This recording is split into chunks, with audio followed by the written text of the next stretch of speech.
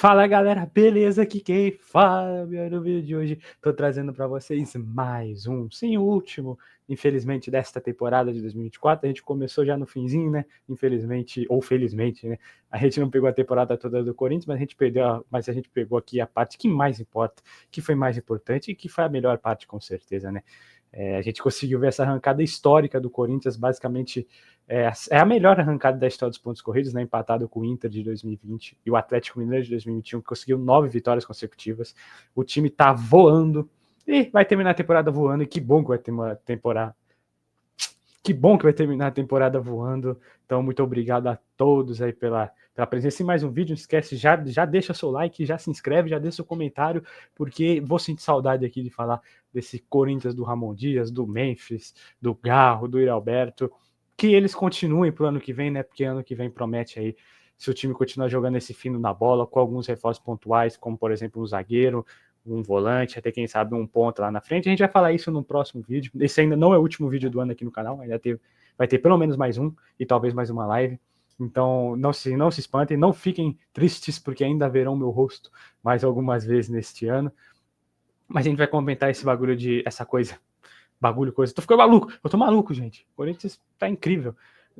No próximo vídeo, quando a gente fizer basicamente o balanço dessa temporada de 2024 e falar o que se espera de 2025, a gente vai falar. Já tô dando um spoiler do próximo vídeo. E é isso, rapaziada. Vai ser um pós-jogo mais rápido possível aqui hoje, rapaziada. Tanto porque eu estou nas últimas 2 semanas de aula na faculdade, né? E como vocês sabem, é coisa pra carlica pra fazer. E eu tenho que fazer coisa hoje para amanhã. E terça também tem, quarta também tem. E por aí vai. Na outra semana ainda tem mais coisa ainda, todo dia. Tô todo preocupado, mas tô todo cheio de coisa para fazer. Mas não se preocupe que vai ter vídeo aqui para vocês sim. Irei me esforçar ao máximo. Mas enfim, vamos lá. Começando o primeiro tempo, o Corinthians começou bem, temos uma pequena caidinha, né? O Grêmio conseguiu chegar algumas vezes, mas no geral o Corinthians foi melhor o jogo inteiro, assim como foi essa grande campanha de 9 jogos sem derrota, né, rapaziada? 9 jogos com vitória, né? Não teve nem um empatezinho, foi tudo vitória.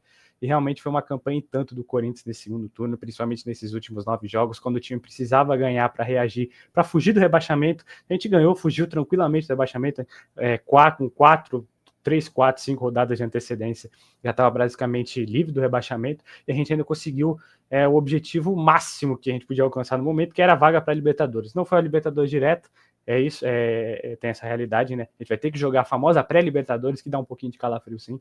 Mas, cara, sinceramente, esse time do Corinthians está muito bem encaixado, tem tudo para não se enfraquecer. Eu tentaria ao máximo, eu sei que às vezes pode parecer um pouco difícil, eu tentaria ao máximo segurar os jogadores para o ano de 2025, né? Porque a gente sabe que o Corinthians está enfrentando o déficit aí, a dívida está aumentando e precisa vender jogador, né? A gente tem o Yuri Alberto, o Bidon como os principais ativos, mas, cara, eu faria, não sei se é possível, se for possível, Augusto Melo faça alguma coisa para manter esses caras aqui com a gente, cara. Pelo menos em 2025, porque o time vai vir engrenado de 9 vitórias nessa reta final. Tem um bom técnico, tem muitos bons jogadores, principalmente ali do meio para frente. Precisa de reforço, como eu já disse, mas é um time que tem muito bons jogadores. E, cara, a gente vai vir com tudo aí para 2025.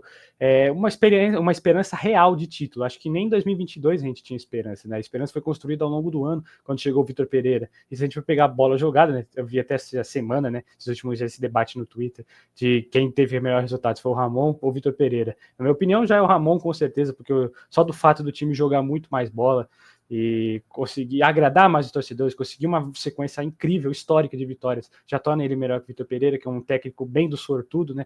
É um cara que não tinha tantas ideias táticas, era um cara que pecava muito, era um cara que sofria muito, não ganhou um clássico aqui em basicamente um ano inteiro, realmente é um cara que teve o resultado, quase acabou ganhando a Copa do Brasil, terminou em quarto no Brasileirão, mas essa campanha que o Corinthians fez no segundo turno é digna aí de G4. É que, infelizmente, o primeiro turno nosso foi muito ruim e o próprio Ramon teve alguns tropeços, tanto nas rodadas do Brasileirão quanto nas Copas, Copa do Brasil e Sul-Americana. Mas, enfim, isso eu falarei no balanço, enfim. Que o Augusto Melo faça algum tipo de maracutaia aí, mentira, tô brincando, faça algum tipo de esforço que consiga segurar os principais jogadores com a gente, porque, cara, o Yuri Alberto merece ganhar o título com a camisa do Corinthians, pô, o Memphis merece pra caramba, o Hugo Souza merece pra caramba, o Ranieri merece pra caramba, cara, são trocentos jogadores que merecem muito, e tá estourando, assim, perdão, rapaziada, tá estourando, tá estourando bastante fogos aqui, porque o Botafogo foi campeão brasileiro, né? O Palmeiras conseguiu a derrota, né? Mesmo se o Botafogo perdesse aqui hoje, ia ser campeão. O Palmeiras é tão lixo que nem eles conseguiu. Então, parabéns pro Fogão mais uma vez. Semana passada tinha sido campeão da Libertadores e agora foi campeão brasileiro, então parabéns pro Fogão. Tô gravando aqui, então obviamente tá estourando muitos fogos aqui, então me perdoe qualquer barulho, rapaziada. Mas enfim, o Corinthians foi muito bem no primeiro tempo, conseguiu aquele pênalti, né, quando o time tava caindo um pouquinho de rendimento, mas ainda conseguia chegar com muito perigo no ataque. O Jeromel calçou ali, não tem jeito, deu um pisão no Yuri Alberto, aquele ali é muito pênalti. O juizão não deu em campo, não sei como, né? A torcida do Grêmio, né, nas redes sociais, no próprio estádio, pediu muito um pênalti aí, um suposto pênalti que o Soteldo tenha sofrido no Mateuzinho. É um lance bem duvidoso, mas na minha opinião não marcaria o pênalti, porque dá para ver que o Soteldo já tá meio que caindo quando o Mateuzinho vem contra ele, então realmente não tem esse choque todo. Então, para mim, não foi pênalti. Mas também dá para entender caso o juiz marcasse. Eu acho que é um lance bem duvidoso mesmo. Mas o do Corinthians é 100% de certeza de pênalti. O juiz acertou em marcar. Precisou ir no VAR, né? Não sei como. E o Roberto foi lá e bateu o gol. Conseguiu fazer o 15º gol dele para ser... para ser artilheiro desse Brasileirão. Empatou com o Alejandro, né? O Flamengo conseguiu a proeza de tomar um gol do Alejandro. Muito obrigado aí, Flamengo. Nunca ajudou para nenhuma. Mas enfim... Conseguiu tomar um gol do Alejandro, então tanto o Yuri quanto o Alejandro terminaram com 15 gols, acho que esse prêmio vai ser dividido, já pode fazer isso, né? O Jô em 2017 terminou com o mesmo número de gols que o Henrique Dourado do Fluminense, e ambos foram considerados artilheiros, ganhou um troféuzinho bonitinho do Roberto Dinamite, ganha prêmio em dinheiro, e eu acho que o mais impressionante também é o Yuri Alberto ser o artilheiro do Brasil em 2024. Era o Pedro, estava empatado com o Pedro do Flamengo, que já está lesionado já há 3, 4 meses, e hoje com esse gol ultrapassou, por um golzinho, mas ultrapassou. É o artilheiro do Brasil em 2024. Vai ser, né? Não tem mais jogos no nosso território nacional neste ano. Vai começar agora as famosas peladas de fim de ano, né? Com os jogadores aposentados, com os artistas, essa parada toda que, querendo ou não, é interessante de assistir. Admito, interessante de assistir. Mas, enfim, vai começar isso e realmente acabou. O Yuri é um cara que merece muito, é um cara muito merecedor. Critiquei muito ele, como no último vídeo eu disse, critiquei muito ele sim, assim como com certeza você deve ter criticado ele bastante, mas esse cara cresceu na hora certa, ajudou a gente na hora certa em vários jogos, e ele teve sua redenção. Ele merecia uma redenção com o título e tomara que tenha. Tomara que ele fique pro ano que vem, que o Corinthians consiga conquistar um título. Mas, cara, ele teve a sua redenção nesse ano. Se ele for sair, que saia para algum time grande da Europa, um time de expressão, não para esses West Ham, Wolverhampton, Southampton da vida, né? Com todo respeito aos times, né? Pô, mas não tem nem comparação Corinthians com eles. Tomara que ele consiga uma carreira boa na Europa, se ele sair mesmo. Mas eu não quero que saia, pode ficar, Yuri. Pelo menos mais um aninho, fica com nós.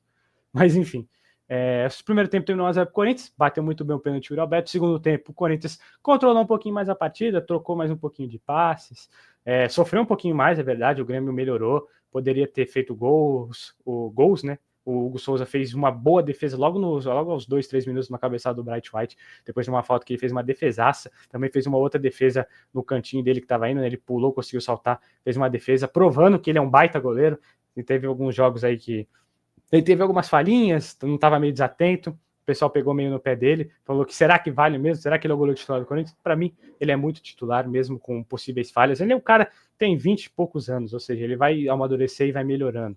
Então, com certeza, ele já é muito bom agora, provou isso mais uma vez hoje. Então, ele é titular sim, deixa ele lá, rapaziada, pelo amor de Deus.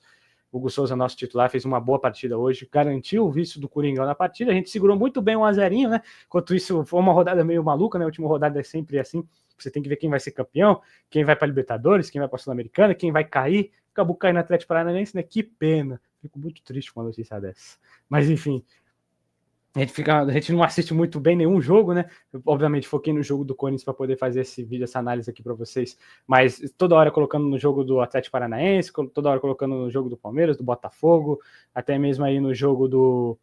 Cara, simplesmente deu branco todos os jogos que teve agora. Do Bragantino, enfim, todas as outras partidas para ver o que ia acontecer, porque a última rodada quase tudo aberto, né? O título estava muito pro lado do Botafogo, acabou se confirmando, a Libertadores também estava pro lado do Bahia, que acabou se confirmando, enfim, a gente ficava zapeando sempre os canais aí para ver o que estava acontecendo, não acompanhou muito bem, mas deu para acompanhar, o Corinthians foi muito bem no segundo tempo também, soube sofrer, conseguiu segurar muito bem o Grêmio, até teve pedidos de pênalti novamente, mas a gente viu que foi uma simulação bizarríssima, tomou o cartão amarelo da maneira exata, a gente teve uma pequena briga ali, né, do nosso querido José Martínez com o volante da equipe do Grêmio, que eu esqueci o nome já, que por algum motivo ele foi expulso, né, incrível, ele ele foi cobrar o cara, né? Tem esse fato. Porém, cara, ele não fez nada. Ele literalmente não fez nada. Ele acabou tomando tapa, acabou tomando um arranhão, tomou empurrão. O Memphis tomou uma gravata do goleiro e não foi expulso. Isso é absurdo, não sei como. E depois o Memphis foi lá e puniu o goleirão. Fez aquele golaço. Não foi. É o golaço, mas não é o golaço histórico, né? É o famoso golaço que a gente vem e mete de bicicleta o gol. Então, com certeza aí a gente vê como a equipe, como o Memphis pegou na raiva. Ele tava na raiva, na verdade fez o gol na raiva, merecida a raiva do goleirão, pegou ele uma gravata, o juiz não expulsou o goleiro, então mereceu, já foi o terceiro. Segundo gol, a gente teve finalmente o gol do nosso volante Charles, né, o nosso polvo, o nosso príncipe da Dinamarca, conseguiu dar aquela casqueles depois do cruzamento ali do jogador, que agora me esqueci quem era. Era o Romero, exatamente. O Romero meteu o cruzamento para a área, ele ali no primeiro pau ainda deu uma casquinha que traiu o goleirão, o goleiro da equipe do Grêmio. Já tá 2-0, já decretou a vitória, a gente conseguiu fazer ainda mais um. Quase que o Alex Santana fez o terceiro gol, o goleiro defendeu, e no rebote o Memphis meteu aquela bike linda, com toda a raiva, com toda a força, a nossa carreta Memphis, nosso gordinho. Mentira, rapaziada, tô falando brincando, é óbvio. Mas enfim. Hoje ele mostrou que tem uma malemolência, né? Driblou ali no meio campo, deu umas pedaladas, cortou muito lindo. Hoje ele jogou demais, rapaziada. Já adianta aqui pra vocês que ele foi o melhor em campo. Nota 10 pro Memphis, já adianta que ele é o melhor em campo. E já completando aqui, obviamente, a análise do jogo. Como eu disse, uma análise bem rapidinha mesmo, mais rápida que o comum. Hoje o vídeo vai ser mais curto mesmo, porque eu já expliquei no começo, não vou repetir, mas enfim. É isso. Encerramos da melhor maneira possível, confirmando o 7º lugar. É isso. A gente não esperava que isso fosse acontecer, né? Histórico que o Corinthians fez e que a gente possa continuar escrevendo essa história com um bom time, que todo mundo fique, que todo mundo continue unido com o técnico, entre eles. Ei, fogos. Se tiver muito barulho, perdão, rapaziada, perdão de verdade. Não cometerei mais o erro de gravar assim, é porque eu não queria que o vídeo saísse muito tarde. Mas enfim, que bom que o Corinthians jogou desse jeito, que bom que a gente conseguiu a 9ª vitória seguida, e assim se despede. Me disperso de vocês com a última análise do jogo de 2024 Corinthians. Em 2025 estaremos aqui depois de praticamente todos os jogos do Corinthians. Alguns eu não vou poder, mas eu vou avisar vocês. Então é isso. Vamos agora para as notas, rapaziadas. Bora lá. Vamos lá, começando com as notas então, meus amigos, vamos lá. Começando, como sempre, pela defesa, nota 7,5 para o nosso querido Hugo Souza, nosso querido Hugo Pepeca, nosso querido goleirão Hugo, que hoje fez 2 baitas defesas, 2 defesaças mesmo. Fora isso, não teve nenhum muito sofrimento, né? A maioria dos chutes do Grêmio acabou passando para fora. E eu tava com a impressão que se o juiz arranjasse um pênalti aí pro Grêmio, ele ia pegar também, porque realmente hoje ele entrou inspirado, entrou com uma estileira diferente, né? O cabelo meio trançado, igual do Memphis, tava bonitão. Realmente fez 2 baitas defesas, garantiu 0 no placar.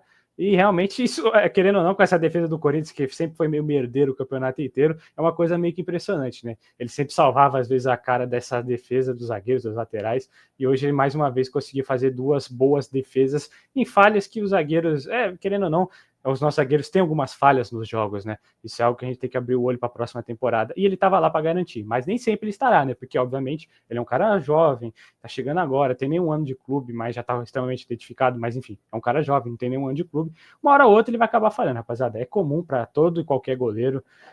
Obviamente que a gente não vai queimar ele tão rápido, porque é um cara que a gente precisa pro futuro, é um cara que a gente sabe que vai evoluir, é um cara jovem ainda e já é muito bom, como eu disse na análise. Mateuzinho, 7,5. Boa partida do Mateuzinho, sofreu um pouquinho com o Soteldo, mas no segundo tempo conseguiu encaixar a marcação ali do jogador do Grêmio. Depois disso ele não conseguiu arranjar mais nada para cima do Mateuzinho. Até teve uma jogada que ele conseguiu passar à frente do Mateuzinho, mas logo o José Martins chegou matou realmente ali o meu Deus, o Soteldo. Então o Mateuzinho não passou por maiores apuros. Então é isso, 7,5 para o Mateuzinho, 8,5 para o nosso querido André Ramalho. Realmente foi o melhor dessa linha de defesa. Eu ia falar, foi o melhor em campo. Foi o melhor dessa linha de defesa. E tá melhorando, né? Mais um jogo que ele vem muito bem. Cometeu um errinho ali no segundo tempo, né? Que ele acabou esquecendo a marcação, escorregou, quase o jogador da equipe do Grêmio saiu na cara do gol, mas o Carrilho conseguiu segurar, então evitou isso ali acontecer. Então 8,5 para o nosso querido André Ramalho, vem melhorando. 6,5 para o Kaká, foi o pior da defesa hoje, não tem jeito. Talvez um pouco sem ritmo, né? Porque fazia um tempinho que ele não jogava. O titular estava sendo o Gustavo Henrique. Então, realmente teve algumas falhas ali, principalmente na saída de bola. Trouxe um susto pra gente. E nota 7 pro Bidu. Tava mitando nos domínios, nos dribles. Mas realmente senti falta um pouquinho da contribuição dele no ataque, que ele sempre faz muito bem. Não acertou tanto cruzamento. não conseguiu acertar muitos passes verticais, então realmente senti falta desse Bidu. Por isso que ele está com essa nota um pouco mais baixa que o comum, e um pouco mais baixa que o Mateuzinho, por outro lado, né? Geralmente ele tinha nota maior que o Mateuzinho, mas hoje foi o inverso. Falando do nosso meio campo, né? Como eu disse, eu errei, viu, rapaziada? Perdão a todos. Vocês podem ver aqui, ó, tá a estrelinha no nosso querido Carrilho, mas o melhor em campo foi o Depay, o Memphis, que eu já disse, nota 10 para ele. Mas enfim, meu campo 7,5 para Ranieri e Bidon. Ambos fizeram um papel muito parecido, né? O Ranieri jogou muito bem hoje, eu gostei, né? Que ele conseguiu achar bons passes, bons dribles, tirou muito bem a marcação no lance, que ele acabou tomando uma pancada. Saiu no intervalo, provavelmente porque estava cansado ou porque sentiu justamente essa pancada que eu disse para vocês. Mas poderia ter ficado um pouquinho mais se não tivesse sentido. Eu acredito que foi por causa disso que ele acabou saindo. O Bidon não fez uma partida tão boa quanto as demais, mas fez uma partida muito bem, muito segura, né? É que quando ele não faz uma partida extra classe, a gente até se assusta um pouco, né? Mas de fato hoje ele fez uma partida um pouco abaixo que a gente já está acostumado dele, mas obviamente isso não quer dizer que ele foi mal, muito pelo contrário. Mas uma partida muito boa, muito segura do nosso Bidon. 8,5 para o Carrilho, ele que foi o melhor do meio campo hoje mais uma vez, conseguiu limpar muito bem as jogadas, conseguiu achar cruzamentos, ele quase assou o Yuri no segundo tempo, né? Foi por isso aqui que o Yuri não conseguiu fazer o segundo gol dele, que ia dar artilharia isolada para o Yuri.